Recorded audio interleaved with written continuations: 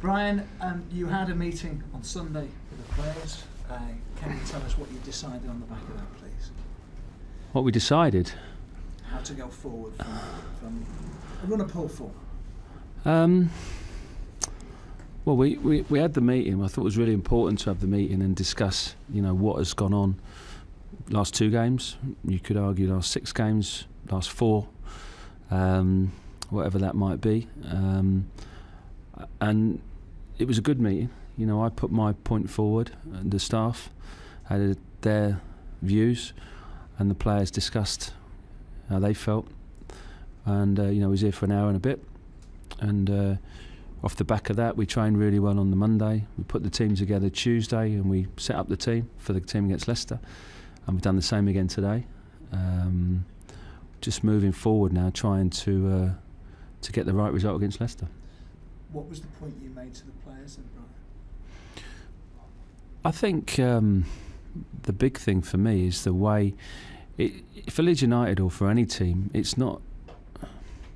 Listen, it's about results. Everything's about results, but it's about perception. And our fans travel to Rochdale and see that performance, and they travel to Sheffield Wednesday and see that. And it's about perception of these are Leeds United players. This can't happen. They'll suffer defeats, our fans, but not in the way that has happened in the last 2 games. And that's something that we really had to we've had to put across. I talked about going back to basics, what's required in this league, what needs to be done for us to move forward, and that's what we've concentrated on this week. And how did the players react to what you had to say? Did they buy into it? Did they understand what you told them? Yeah, they bought into it. As far as of course, there's nothing not to buy into. These are the facts. These are what's happened, especially in the last 2 games, and there's been quite big reactions from the last 2 performances and results, and that's how it is when you're at a club like Leeds United. I expect that. I know what that entails, and for me, I can't dwell on it. I can't dwell on what's happened. It took me 2-3 days to really get my head around what had happened in the Sheffield Wednesday game. It's a derby game. But I have to move forward. That's the only way, and that's what we're trying to do. And so, what action have you taken? Have you looked at things like leadership on the park and that sort of thing, captaincy issues? I would say that is the situation with the captaincy is this. I had a really good conversation with Rudy Austin. Rudy Austin is a great guy and has been a really good captain in my opinion. Rudy has spoken to me and feels it's in the best interests of the team, and he always talks about the team, that someone else is captain of the club and of the team. So I've taken that on board. We had a really good discussion. This isn't about Rudy, and this is not a slight on Rudy whatsoever. I want Rudy to play Rudy's game free to play. He feels that his personality possibly isn't conducive to that role. His leadership qualities are they're all to see. The way he plays and the way he tackles and the way he runs back, and I think the fans love him for that. And I want him to get back to Rudy enjoying his life, because it means so much to him. It really does. Leeds United means so much to him, and the fans do, the staff do here. And he speaks about myself. I want to take all of that pressure away from him, and I just want Rudy to be Rudy Austin and play the way he wants to with freedom. And that's the reason that Rudy won't be captain. No other reason than that. And have you decided on who will take up the armband against Leicester? Yes, Ross McCormack. Ross McCormack will. And Ross came out this week and spoke on behalf of all the players. So we must take responsibility for what happened. And how big an indication is that you've now made the right decision? I spoke to Ross in April when I first came, and I said to Ross, and he'll tell you this himself, that I need leaders, and Ross, you are a leader. Now, whether Ross saw himself as a leader at that time in his career, I wouldn't know. But I've always seen him as that type, as a talisman type character and a leader. And Ross has really matured a lot. Everyone knows what this football club means to Ross McCormack. So I think from the team's point of view, the club's point of view, Ross is the right man. Leicester City will be winning. Where's the armband? Some game to do it in, Brian, is it not? Leaders come to town. in a way, do you prefer the fact that it is the biggest test that you could possibly face after what's happened in recent times? Well, we know we need a real reaction, a strong reaction from what's happened in the last couple of games. We really know that. We're playing at home. Our form at home is good. It's been really good. I think that shouldn't be overlooked.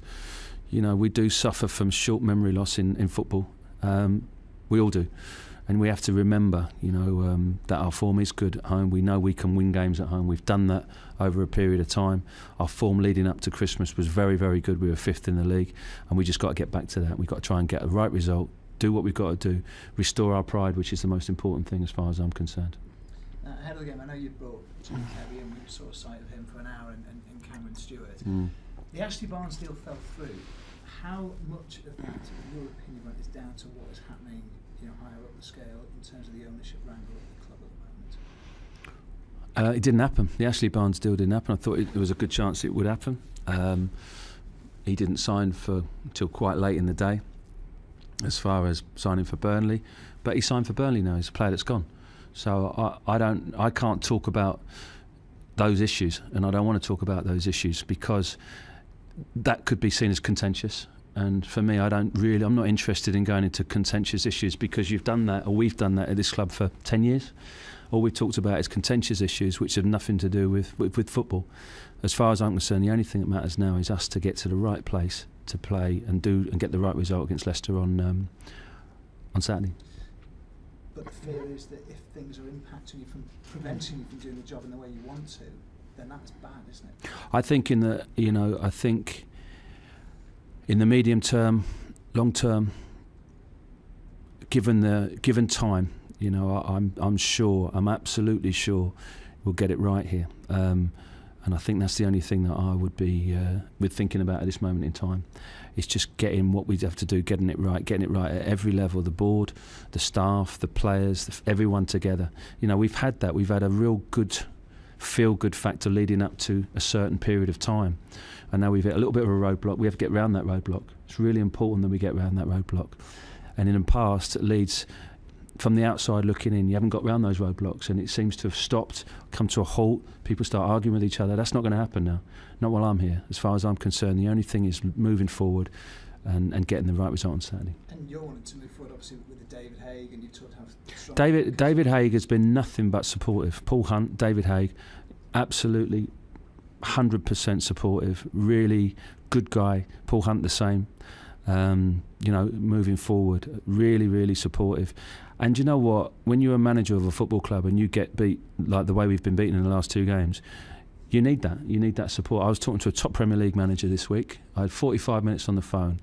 Who had a bit of a tough time last season. Not so much tough, but you know, it wasn't particularly as well as he would have wanted it to go. And he talked about the support he got from his board. Incredible support. And they're doing fantastically well now. And it was just, you know, it was good. It was encouraging for me to hear, you know, that kind of thing as well. Do you think you'll have the ability to still sign players in this window there? I think so. Adam Lafondra, it's like just Lee Griffiths. I don't think get Adam Lafondra. I think Leeds Reading would sell Adam Lafondra to Leeds. I don't think that would be the case. I don't think it would happen. Whether you want him or not. Yeah, whether I wanted him or not. You know, and he's a Reading player. It's nothing to do with me. So it's just all that is speculation. Do I think we'd have the ability? I think that we will have opportunities to sign players that I'll put to the board, and then we shall see. You know, we might sign 1 player, we might sign 3 players. Who knows? But I'll put them to the board. But fundamentally now, the only thing I'm concerned about is this game now and restoring our pride. And you expect to see changes for the game against There'll be changes for this game, yeah. Formation. Well, let's not tell Leicester too much. 2 players I wanted to ask you. El Hadj Diouf, you said you were going to sit down and speak to this week. Did that? Yeah, I spoke to Diouf. You know, Diouf was concerned that I was saying that he wasn't here, that's why I couldn't pick him. That wasn't the case. Obviously, as he's had certain issues, that wasn't. I spoke to Diouf now, and I said I'm trying to build something. You know, it took me 3 years at Reading to get promoted. When I took the job, we were 23rd. We came 8th that year. The following season, we got to quarter-final of a cup. Quarter-final of a cup twice. We got to a playoff final. Got beaten in the playoff final. Following year, we won the league, and it took me 2.5 years to get to where I wanted to get to. So, given time, I know that we can get this club into the right place. Given time, And that's what you hope. That's what you hope. You need to be given time, and you certainly need it at this football club. I mean, you got any fears that you won't be getting time? Of course you do. When you get beat 6-0, you know, you this is not 2014. You would think the same yourself as a reporter. You know, that would cross your mind. That would of course cross your mind. But I know it's the right thing for me to, and I know we've had 3 managers in 20 months. We've had 10 managers, you tell me, in 10 years. It's the same thing.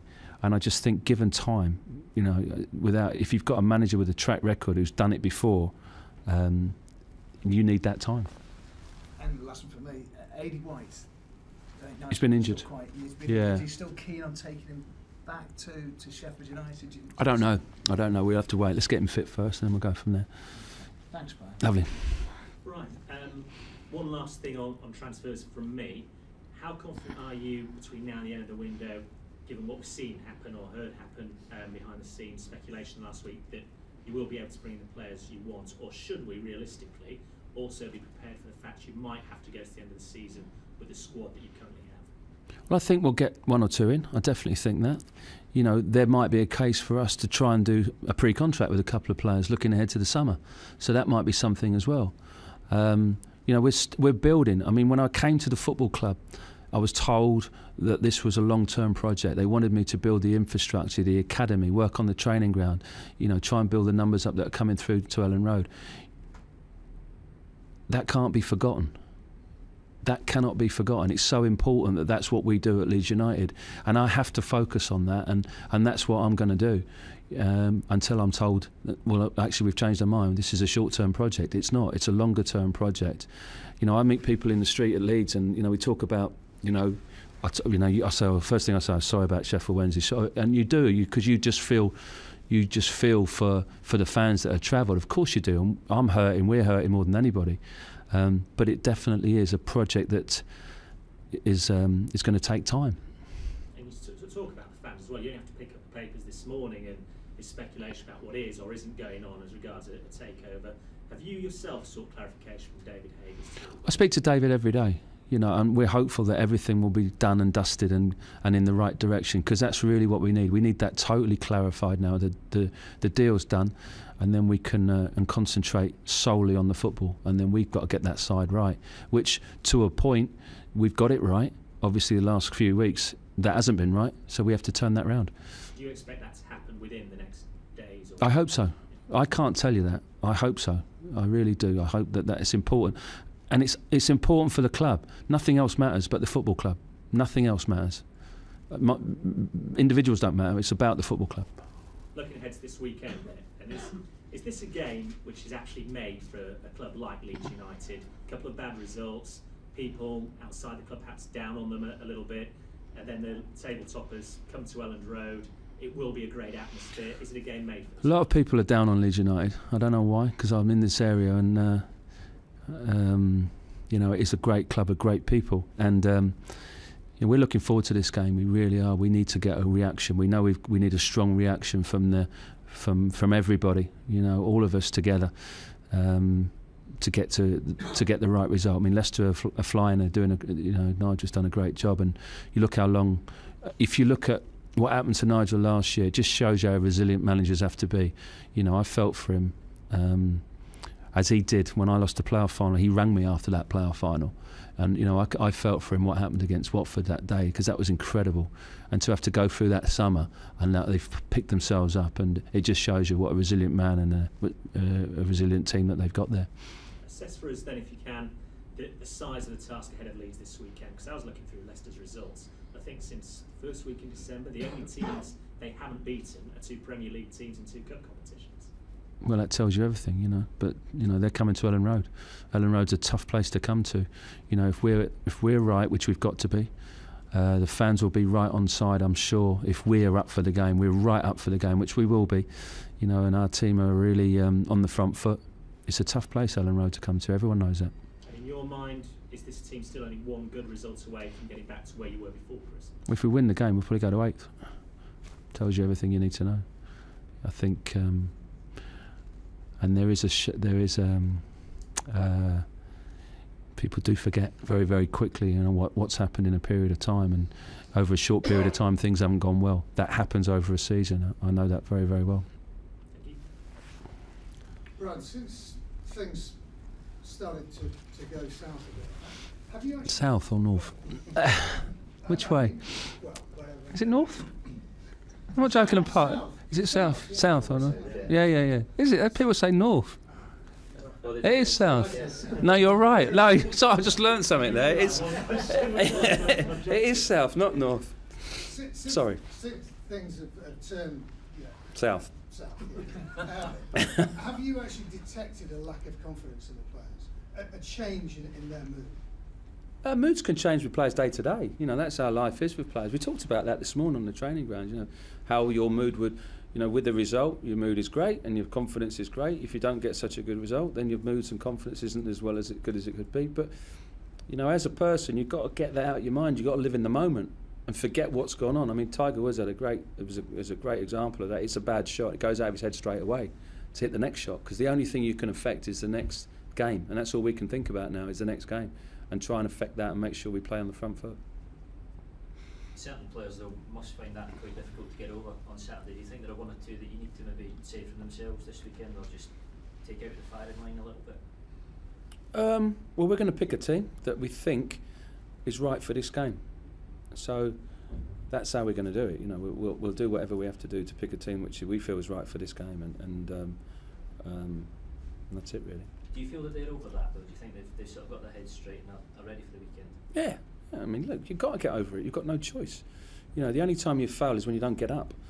If you keep getting up, then you've got a chance. But if you don't get up, then you've got no chance. So that's the only time you fail, is when you stop getting up. So keep getting up. That's what you do. You watched the fight recently. Who was it?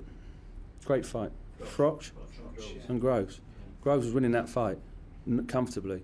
He knocked him down, and you've got to give it to Froch. Now, whether the decision of the ref, you can talk about that, but he kept going. He got up again, and fair play. It was a terrific, and that's what I'm talking about. And are you saying that he can go this month if there are opportunities? If there's an opportunity which is right for him, I've said to him, if it's right, then yeah. If not, then he's here. And just on Ashley Barnes, was it explained to you why the deal didn't happen? Because it didn't happen. We could tell he was an important target for you. Well, it didn't happen, and the whys and wherefores now don't matter to me. It really doesn't matter, because if we start talking about the whys and wherefores, it might not be a good thing. So we've had enough stuff that's been thrown our way in the last 2 weeks with the Rochdale game and the Sheffield Wednesday game. I don't want to talk about that stuff now. I want to talk about going in the right direction, everybody together, and this game against Leicester City. Because what's the point? He's gone to Burnley. He signed for Burnley.